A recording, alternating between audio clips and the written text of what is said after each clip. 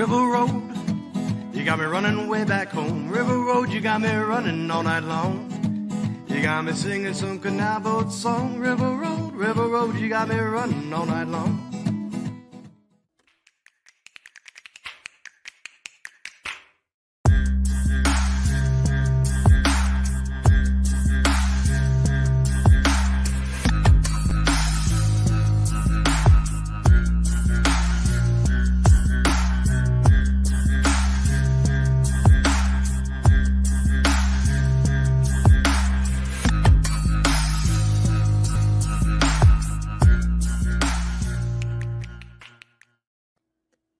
Hello, everybody, and welcome to another episode of Niner Nuts. I'm Dan, here along with James and Eric. Gentlemen, say hello.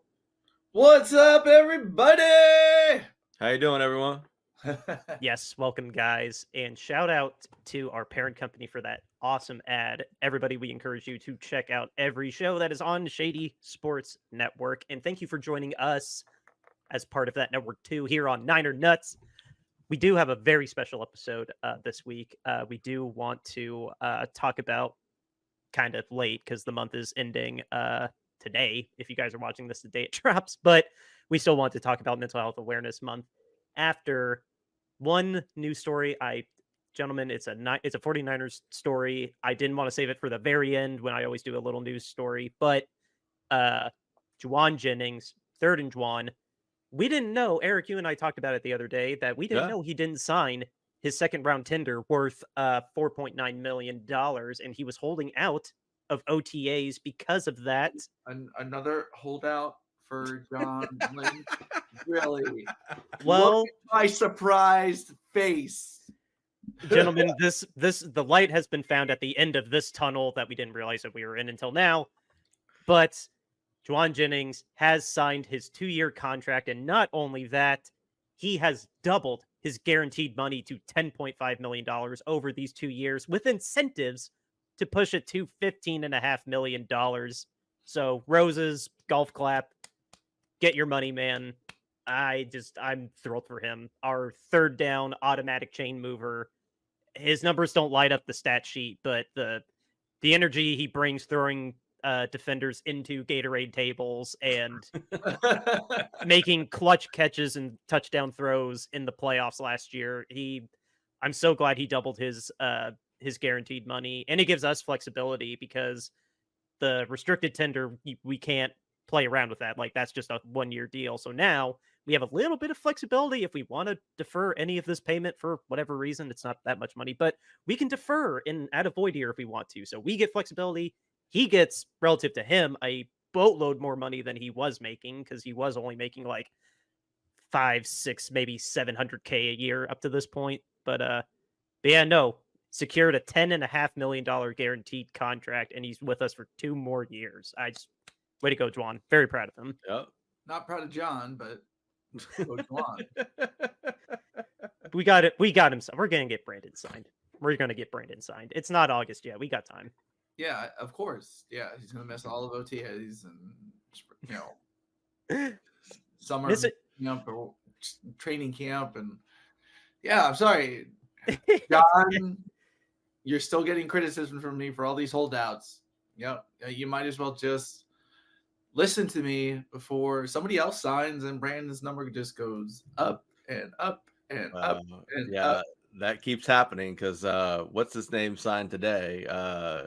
I forget the receiver. Waddle. Yeah, Waddle signed today, so their Ayuk's number goes up again. So yeah. Well, Waddle only signed for like 28.5, I think, or 29.5. 28.5, I believe. So almost what Tyreek Hill is making, just a little shy of it. So that kind of helps Brandon that he didn't cross $30 million, because if he hit $30 million, that would have been pretty bad news for us. So it's going to be 29.6, 29.7, 29.8, 29.9. There's your numbers, John. Make it happen. Here's my plea. Here's my plea. He'll make more than Amon-Ra St. Brown if you just mirror AJ Brown's contract. Just mirror $32 million even. Put it over 4 years instead of 3 years. Just I think Brandon will be happy if he matches AJ Brown's contract. If we backload the crap out of the contract, you should be happy with it. We could talk him into a void year or two. Like, just I don't know. I'm just going off of maybe he wants 35 million. You could argue the yards per catch stat means he should, but I don't know. That's why I was texting you guys, at least. Like, just duplicate AJ Brown's contract and see if he's happy. Yeah. Well, we'll see. See what happens. Right. And before this cripples my mental health, try to think of a cute segue into our topic for today. But yeah, guys, we know it's the last day of Mental Health Awareness Month, but we did want to address and talk about mental health awareness, because us, you, everybody, we all have our own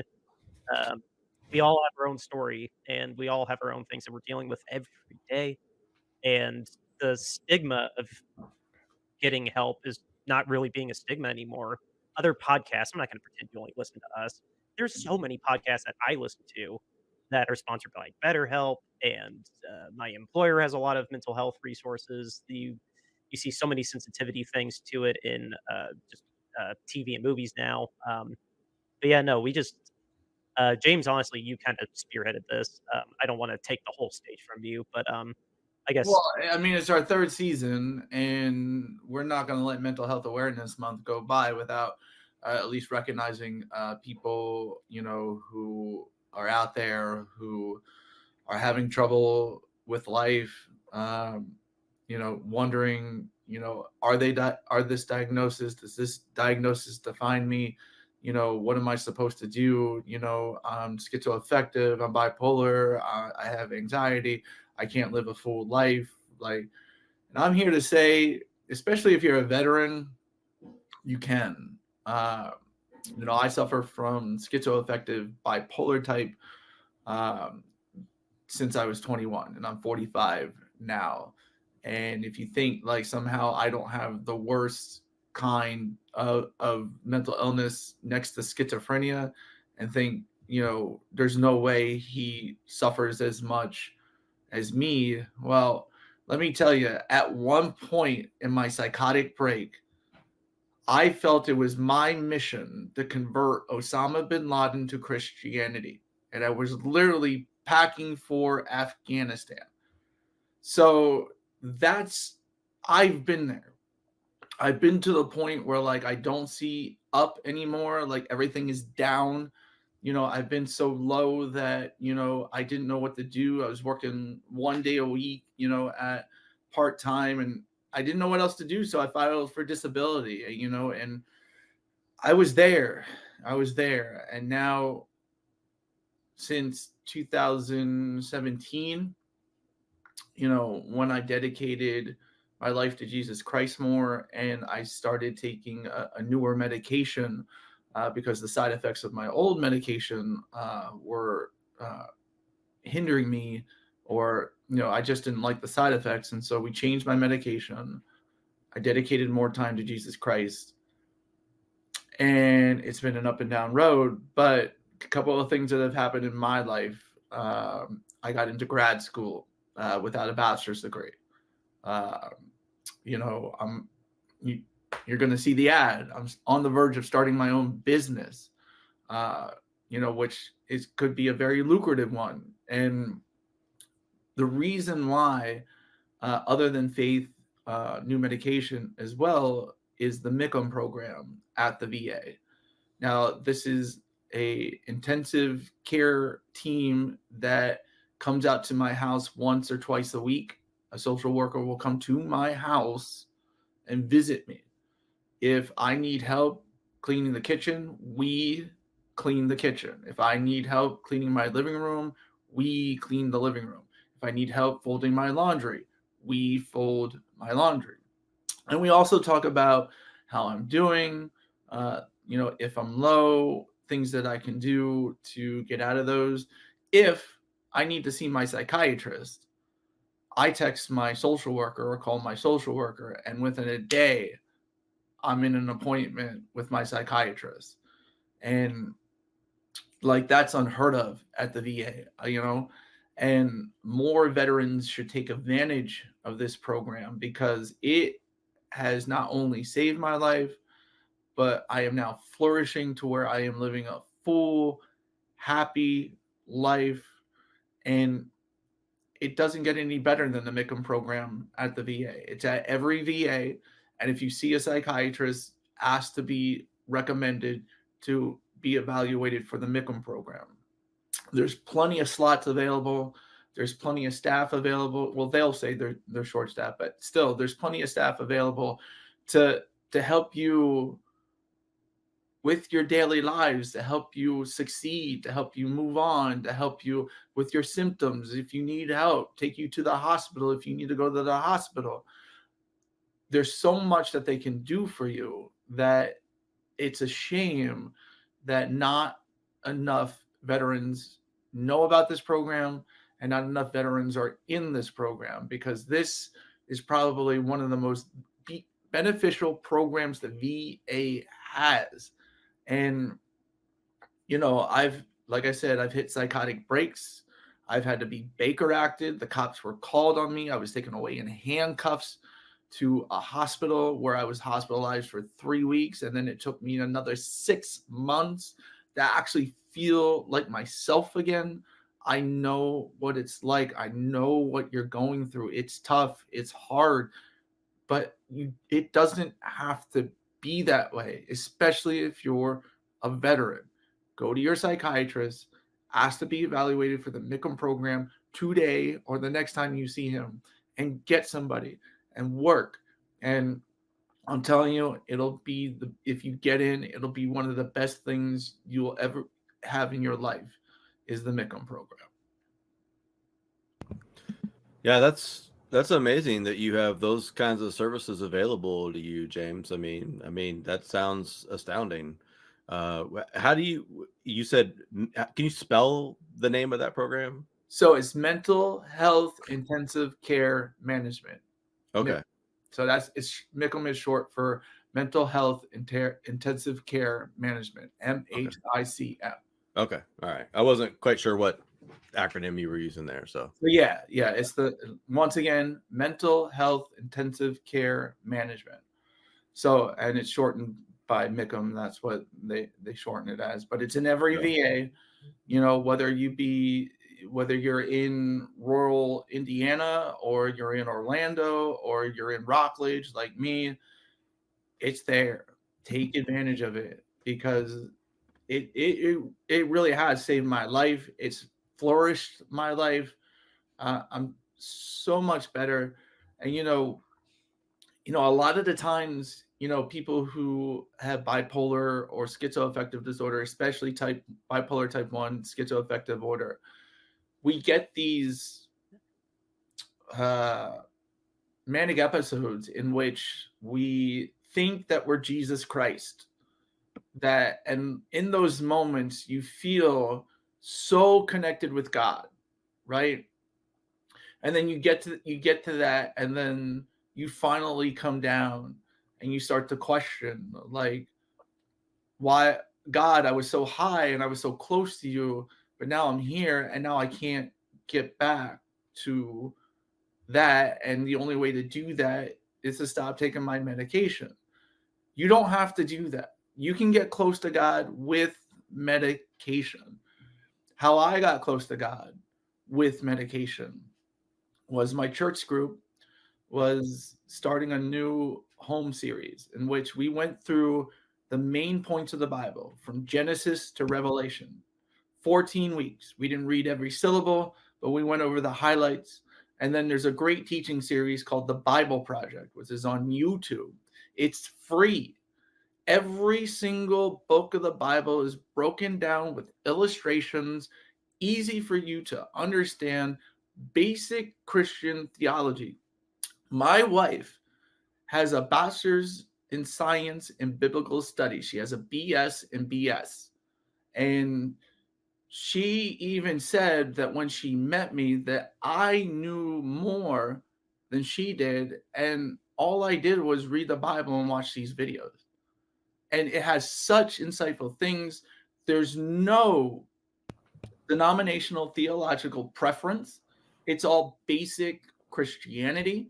You can go there. Anything that is a point of contention in the different denominations, it breaks down every single viewpoint for you to see and try and understand, because we all think differently. We all don't see things the same, and it's okay. The important matter is that when you read scripture and when you do these biblical teachings with the Bible Project, we become one church, one body. It's all the same. It's basic theology that we all believe, based upon not only the Bible, but the ecumenical councils from the 4th century. This will help you with your faith, even if you are not mentally ill. It will help you with your faith. You will grow exponentially as long as you let it come inside you and change you. Inwardly digest scripture so that you become a new creation like scripture says. And then maybe, just maybe, live those words that Paul says, that if I'm to boast, it's not of my strength, but it's of my weaknesses, because that's where the glory of God is shown. Yeah. That's powerful stuff, man. No, I just right on. I'm not sure what else to say to that. That's really amazing, dude. Yeah. I mean, I've been told before that I have a BS and BS, but it's not the same one that you've. I can see that. I can definitely see you having a BS and BS. Yeah, totally different subject, but I'm the one with the film degree. So yeah. I have a film degree too. I have an associate's film. Oh, I went full BS with mine. I got a bachelor's. But no, no, man, that's amazing. Like, just the journey you've been on. I it's really awesome, man. I think Eric, being the newest, having been with us the last mental health month, I think opening the floor to you, Ling, you have the floor next. If there's anything that you would like to share as well, like this is just kind of being an open floor for for our own stories. Yeah, kind of awkward talking about mental health on a podcast that potentially hundreds of people could listen to. But however, I don't get super detailed on some things that I'll share again. But like whatever you're comfortable with, not to put you on the spot. No, it's okay. I mean, I'll just go. It's fine. So I also have bipolar disorder 1. So James and I, bipolar twins. Woo! Twin powers activate. Yeah. So I'm better looking though. Yeah, that's true. Yeah, you got that going for you. So I've got that general anxiety disorder, depression, a couple other things mixed in with all that. But those are the big ones that I battle with on a daily basis. And probably the biggest thing for me is just with the bipolar disorder is really just riding the highs and the lows that go with that. I mean, it's really hard for people that don't have bipolar or haven't experienced or haven't been with it to really understand that, you go from 3, 4, 5, sometimes weeks of just feeling invincible, really is kind of the only way to describe it. You're just at the top and you feel like you can do anything. You feel like you can accomplish anything. And for me, that leads to me spinning up. Like I'll have like 14 things like going at once, right? And I'll have all these things and projects that I'm doing, and I'm spinning plates, right, just left and right. And then, all of a sudden, I'll come back down off of that high, and then it just hits you like a ton of bricks that you're like,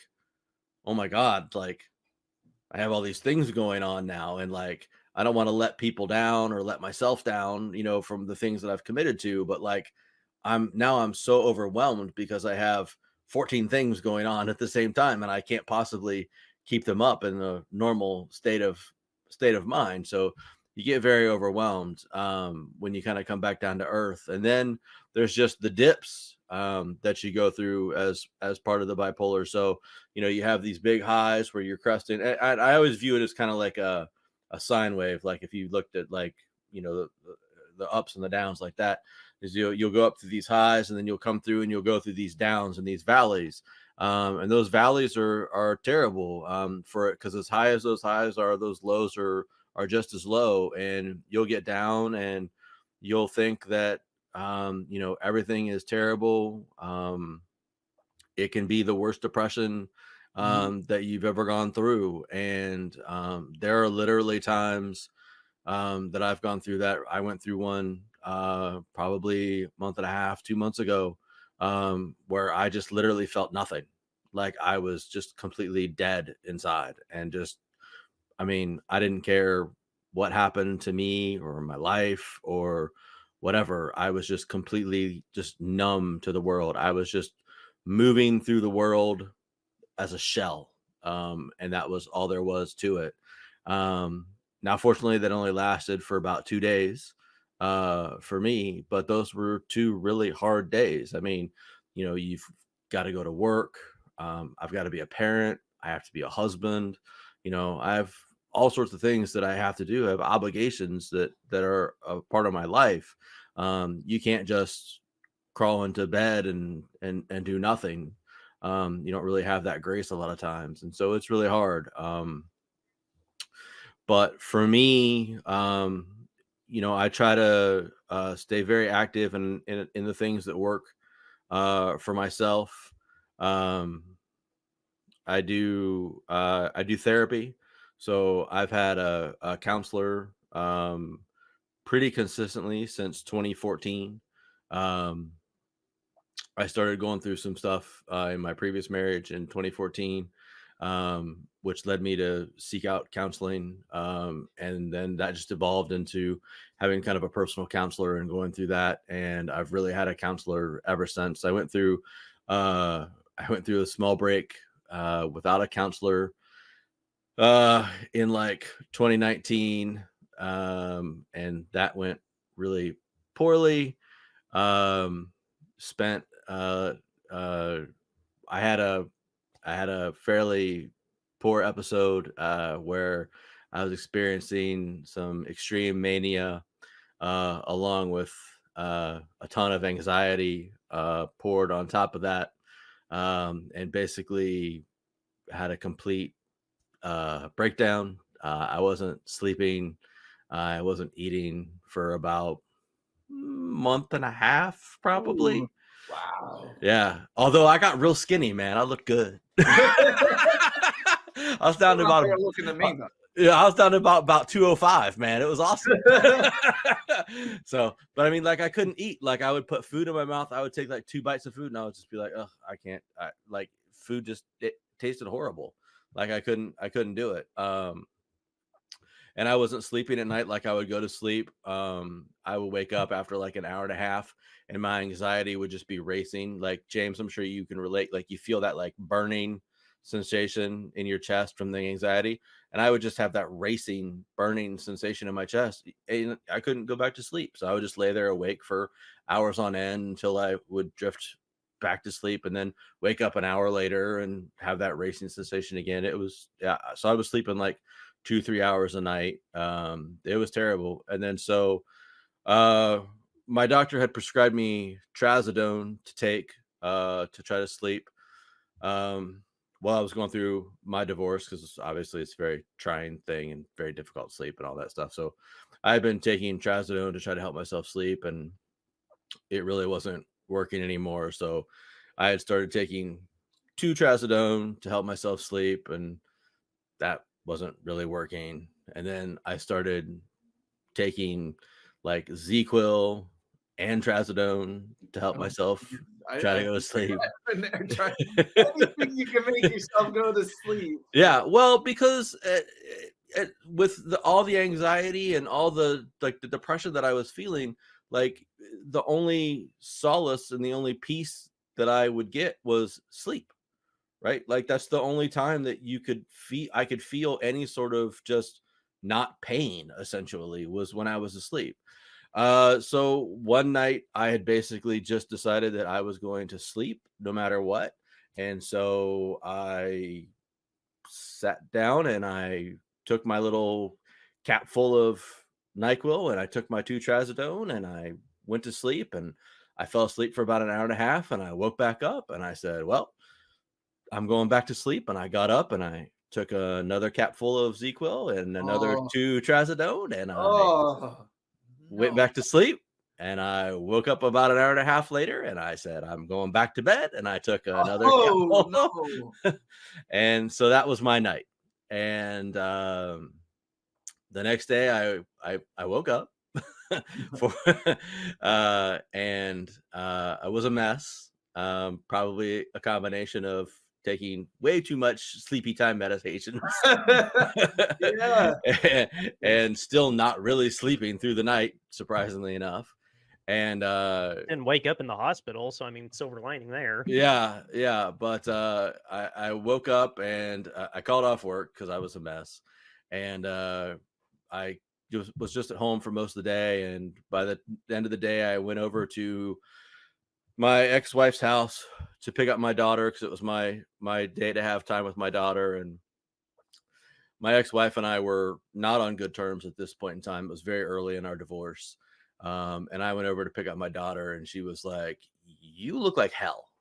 And I was like, thank you. I was like, I feel like hell. And she was like, oh, what's wrong with you? You look really, really, really bad. Like, no jokes, all jokes aside, I don't even like you, but you look really bad. Do you need help? And I was basically just like shaking and trembling because I was so messed up. And I was like, I don't know. I'm not well. I was like, I haven't been sleeping. And I kind of gave her the rundown, and she was like, do you want me to take you somewhere? And I said, no. I was like, I just want to get my daughter and hang out. And she was like, well, how about you hang out here? And like, we'll have like some dinner. You could just have dinner with us, and then we'll think about what we do with you later. And I was like, oh, okay, fine. Because I just didn't have the energy to do anything else. And then so I think we went and got food or something like that and came back and ate and stuff like that. And she was like, well, you still look really bad. Do you want to go get some help? And I was like, yeah, I think I want to go to the hospital. And so she helped pack me up, took me to the hospital, and they checked me in to a clinic, essentially, was a mental health clinic, for basically suicide watch. And so I got pulled into that and spent 3.5 days in a mental health facility, getting evaluated. That's where I found out that I had bipolar disorder. I wasn't diagnosed with that until then. And then was able to get myself on some medications while I was there and kind of get myself right. And then was able to get checked out again, fortunately, to my ex-wife, because, they were kind of like, when you're in those facilities, they ask, well, who's someone that can vouch for you, essentially, on the outside. And I was like, I don't know. Nobody else really knows I'm here. Hey, I like this guy. He's a good fella. Yeah. And they were like, well, we have to be able to contact somebody. And I was like, I guess call my ex-wife. And they were like, really? I was like, yeah, I mean, I don't have anybody else. And they were like, okay. So they called her, and she was like, no, he's not a danger to the society. He's not going to hurt anybody. He's not going to hurt himself. He'll be fine. Just let him go. And they were like, okay, well, she vouched for you. We can let you go tomorrow. And I was like, oh, okay. So it was really nice of her to do all that stuff. But yeah, I mean, that was kind of the start of me really taking my mental health a lot more seriously than I had before. Because prior to that, I had been on some brain medications before, and I stopped taking them because I didn't like taking brain medications. I didn't like the concept of brain medications.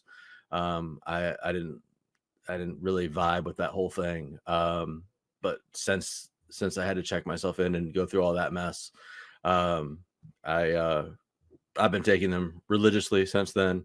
I see a psychiatrist every month, every 2 months. Kind of depends on how I'm doing. But I see a counselor very regularly. I every month. Totally recommend that for anybody that, even if you don't really have mental health disorder, I think just getting an opportunity to talk to somebody, a professional like that, is very helpful to just kind of discuss your life and things that are happening and things that you might be going through. But to clarify, mental health counselors can't prescribe you medication. So when you Yeah. go to a mental health counselor, they're not going to give you a bunch of pills. They're actually going to sit there and listen to you and help you work through your issues. Yeah, my counselor's great. I mean, like, I just go in and I just kind of just, to him, and he listens and he kind of helps me talk through, it's all talk therapy, right? I mean, it's just, talk, and helps me kind of see different perspectives and put things in a different, light and stuff like that. And it's just really useful. So, really dedicated to that. And, those are the things that keep me going. And then being, just being comfortable with my mental health too has been a big step, because I'm able to reach out when I need help now, which is a big step that I had to overcome. There's always been such stigma around mental health. I mean, James, you relate to that as well. That you always want to try to just keep it inside and hide it from everybody when you're going through things. And the big thing for me now is, if I'm going through one of my down periods and I'm having a depressive episode, I'll tell my wife, I'll be like, babe, I'm sick. And she'll be like, oh, what's wrong? And I'll be like, it's mental, I'm sick. And she's like, oh, okay. And she knows to treat me a little bit differently, handle me with a little bit more care, watch me a little bit more intently. She'll ask, do I need to call your psychiatrist? Do I need to call your counselor? No, I'm doing okay. But she'll watch me. She'll look to make sure I'm still moving through life at an okay pace, and just help me there. So, and there's a very important distinction that you made there, Eric, because you and I, people who have bipolar, mental illnesses, we're not crazy. We're sick. Yeah. Brain is like every other organ in the body. If your primary care doctor said, take this for your heart, you would take it. Your brain is like your heart. It's like your liver. It's like your lungs. It's like your intestines, stomach, whatever. Sometimes it gets sick and you need to take that medication. And it's not because you're crazy. It's because at times you are not you, and the medication will help you get stabilized and help you be you, especially bipolar 1, schizoaffective, schizophrenia, those types of disorders. Like those or just about everyone, but those especially need to take their medication. Yeah. It's very, very important. And it's not because you're crazy. It's because you're sick.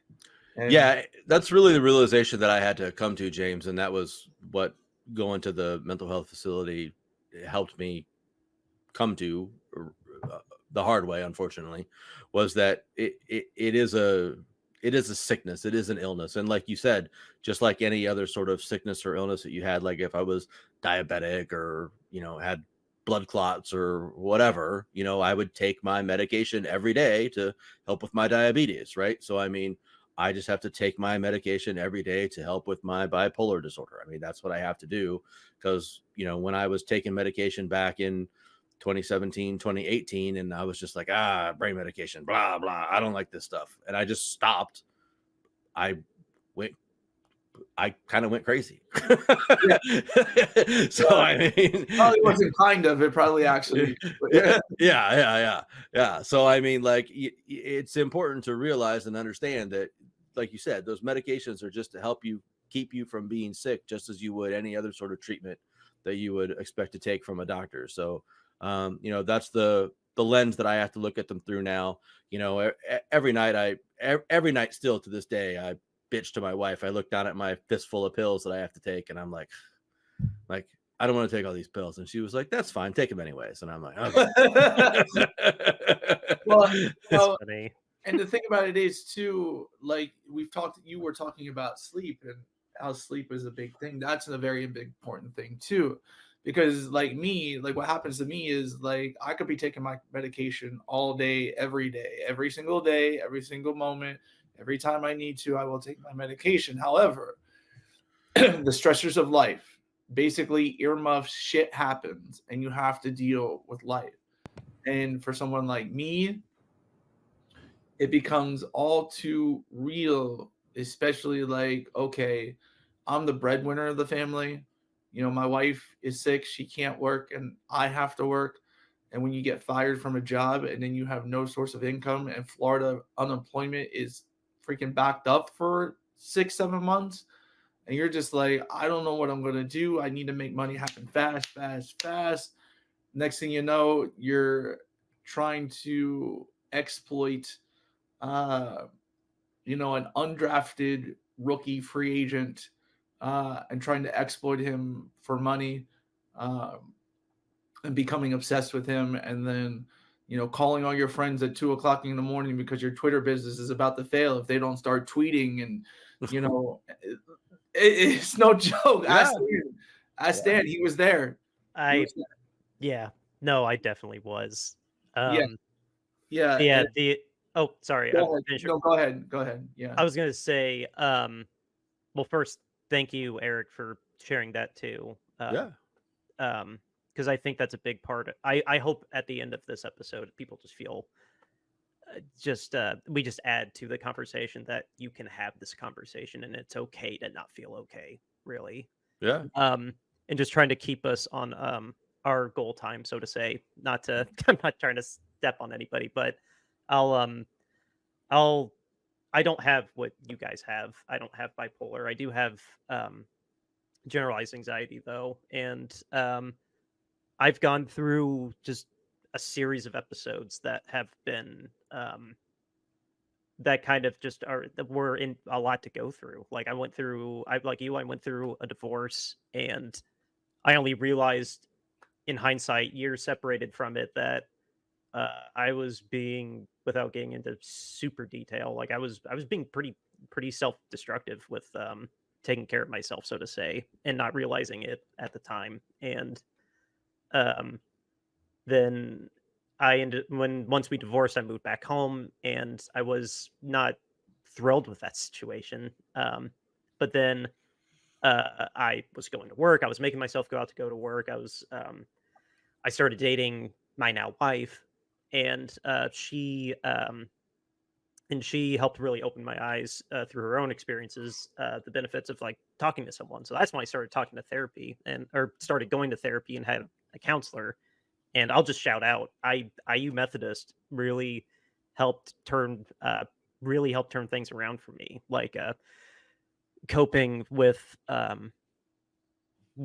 my contributing factors to the divorce, and just things about myself that I never really was that introspective of, like regarding self-esteem and things of that nature, and like really just taking a deeper dive into just really thinking, just reevaluating things, so to say. And then got diagnosed with anxiety. I've been taking some light, so to say, medication for that, not too much. But then literally the day before James and I went to that Green Bay game, this isn't about the game, I promise. Literally the day before that game, my mom gets diagnosed with a terminal disease. I know she doesn't want. I'm just respecting her. She wouldn't want me to say more than that. But she's been dealing with that for going on 3 years now, and then on top of that, 10 months ago, my dad died, and just unexpectedly out of the blue. And between both of those things, like I had I've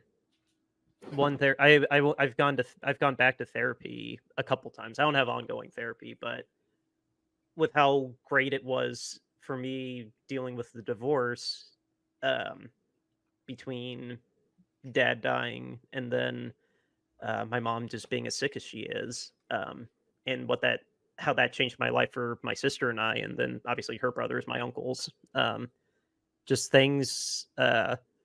It's good to have someone to talk to, like having life partner and friends. Like doing this is therapeutic in its own way, but no, just to deal with the weight of how heavy some things can get. I can only speak for just the for vouching for therapy. Like I said, I don't have I do have anxiety, but I couldn't I couldn't tell anybody I can't imagine how my life would be if I didn't actually start doing therapy, especially with all the stuff that like just I've been going through. So I hope everybody just hearing all three of our stories from very different perspectives just call some just make a call. I went through my hospital. If you are fortunate enough to have insurance, like just call someone or call I know go the crisis hotline, which is now 211, I think. Okay. 211 is I didn't put a number in this ticker, but no, there's so many ways to reach out, and then they'll guide you through whether you have insurance or not. I just but no, I know my counselor is a ring away. Like I can just jump right in and do the formality of like entering the program again. But no, I've had 2 therapists for 3 different sessions, or so to say. Like one for my divorce, one for dealing with just the weight of mom and dad both being sick, and then one post dad dying. And they've been wonderful every single time. Like getting so anxious and trying to avoid another depressive episode. Like I'm not diagnosed depressed, but I don't want to get into that state I was when I got divorced. Like even though it wouldn't make sense if I did, especially right after my dad died. But yeah, no, I don't know. I just all I all I can say and keep saying is just call somebody. Don't just call a friend. Seek professional help. Like, do not be afraid, and do not think you're any less of a person for seeking professional help. Well said, Dan.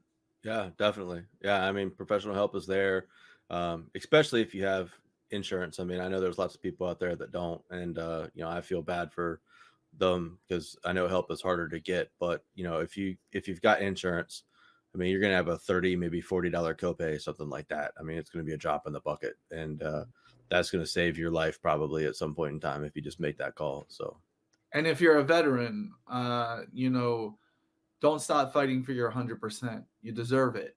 You earned it. You went out there and you served our country, and you came home with something. You came home with something that you can't explain, that is just holding your life down, and you deserve to have your 100%. Keep fighting. I got mine after like 20 some odd years of fighting for it, and you can do it too, because I tell you what, the financial burden that you have through life, and you're suffering with whatever you're suffering with, whether it be a busted knee, a busted hammy, busted back, or mental illness like me, just know that you deserve that 100%. You deserve every single cent. Don't let anybody tell you otherwise. And you need to go out there. You need to go get it. You can go to the DAV, American Legion, if you want to do it for free. And, you can get somebody who does back pay. You want to do it that way. Or like I did, I recruited a professional shark, so to speak. But I tell you, I mean, honestly though, like, did he carry the bat this way or this way, Jimmy? Well, honestly though, the thing about it is though, I wouldn't change it for the world, because I got my 100% in 2 months. Yeah. Oh, you broke both the legs then. Yeah.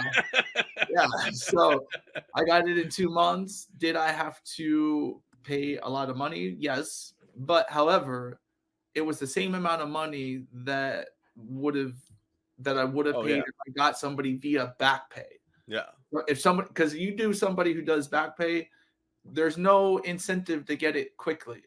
They're going to sit and sit and sit and sit and sit on it, and then push it through, because now they get a big, nice check. If they do it within a month or two, their check is nowhere near what they feel like they should be compensated. And so there's that way to go. And I'm not saying if you want to wait a year and do that because that's what you can do, that's fine.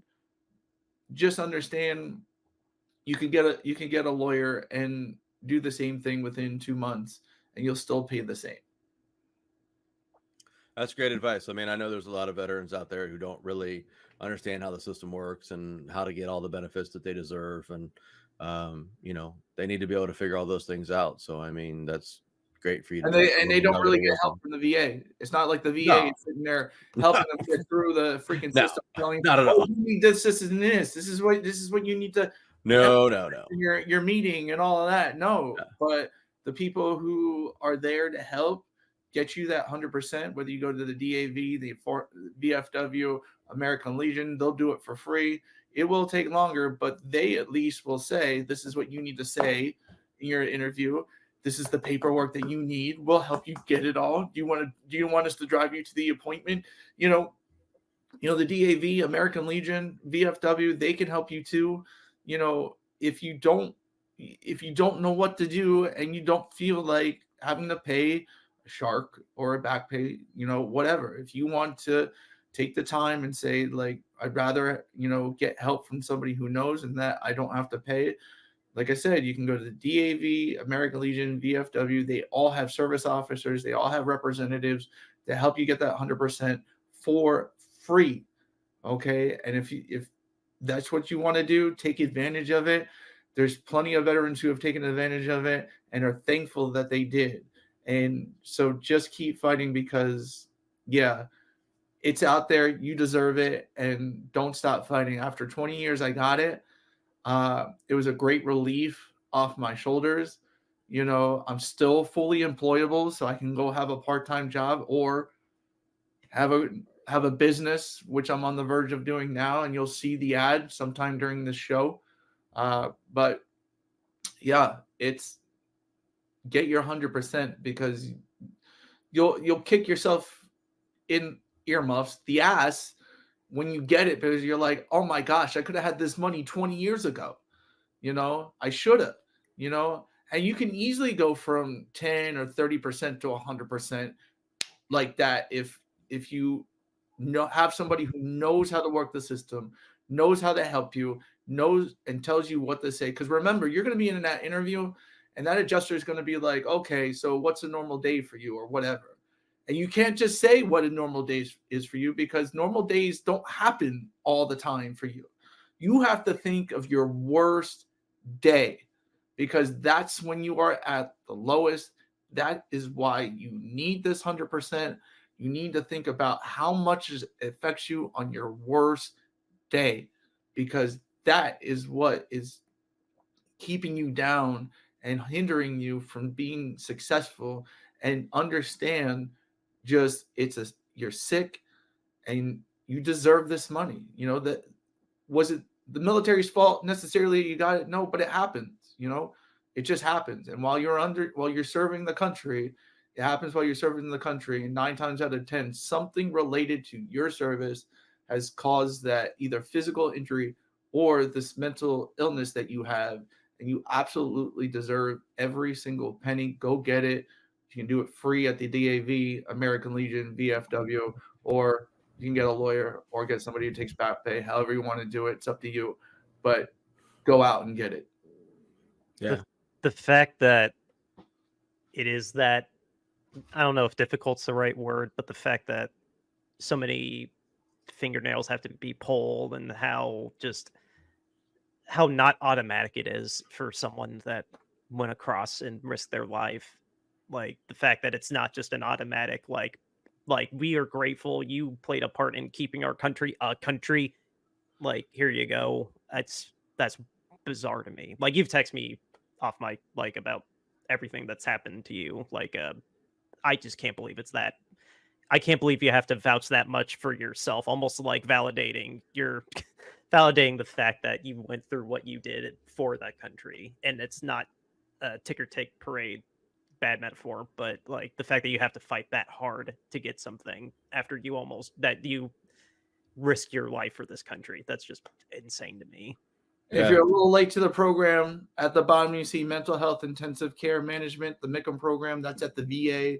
If you're a veteran, ask your psychiatrist to get an evaluation there. Just to recap, mental health intensive care management, or MICM for short. Right. Yeah. And I think the last thing that I just really wanted to say was that, we've talked all about our different issues. And I think that the main central theme is that we just want to make sure that everybody understands that there's help out there somehow for everyone in some way, shape, or form. Everybody's going to need something different themselves. Everybody's going to need some sort of unique treatment and some sort of unique help and some sort of unique services, but it's all out there. It's all available. You have to look for it. You have to seek it out. But it's all there. It's all available, and it's all it's all beneficial. We've all three, on this show benefited in some way, shape, or form from the various services that we've been exposed to and that we've partaken in, and it's all made our lives better. I'm so much better and in a much better place than what I was, 10 years ago. Yeah. 10 years ago, even really just 4 or 5 years ago. I'm in such a much better place with my mental health and where I am and the ability to live my life and experience life and do life than I was. And that's all just through the work and the resources that I've put in and the resources that have been available to me. And I hope that everybody out there takes advantage of that. And if you need help, get help, seek help, and make your life better. Yeah, I got nothing else to add to that. Like you hit it on the head. Yeah, for sure. James, when it comes to these episodes, let's not direct people to a promo code or anything like that. This has been. I want to end on a little bit of a. You know what? I just want to say though, Royal Retros has been very supportive of this. Of us. During these times, and they support us even in these episodes. And we thank them. We thank Shady Sports Network, for taking us on and understanding, because Sam has been great when it's been like, hey, Sam, I can't go today. He's just like, yeah, do what you got to do. Like, it's no problem, You know and what? You could. There you go. There you go. Go back and pause that if you want the promo code. Yeah. And so just understand, like, if we have a show because of them that will support us, if we got to take a time off or we got to go out and do something, there's never a problem with them. They're not like, oh, I need 3 episodes a week or, whatever. Like, they've been so good with us. And so we thank them. And so I definitely want to shout them out and give them credit because they've supported us through that, especially me, I must say. So yeah, thank you, Sam. Well, there we go. Thank you, Sam. No, I think with that, guys, I don't know. I think this has been an awesome episode, and hopefully you all take something away from this. And sorry it's not football again. Basketball a couple days ago. Kind of heavy topic this episode. And now we're going away for a week. Yeah.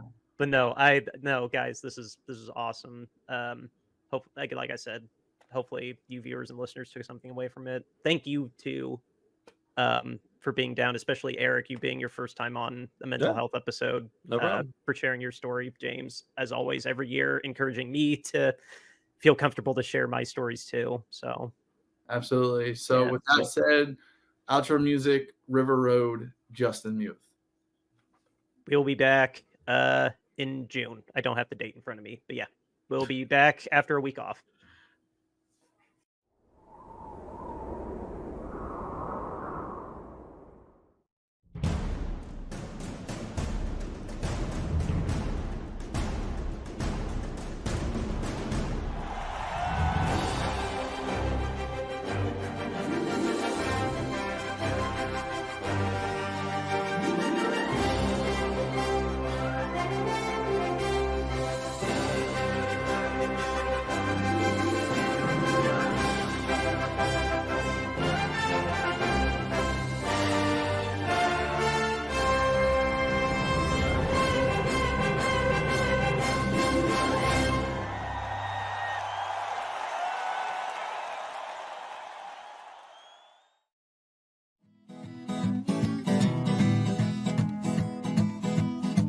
River Road, you got me running way back home. River Road, you got me running all night long. You got me singing some canal boat song. River Road, you got me running all night long. River Road, where have all the women gone? Have they kissed her hand and waved you bye-bye? Have they thought about crossing your double yellow lines? River Road, they love the way you whine and cry.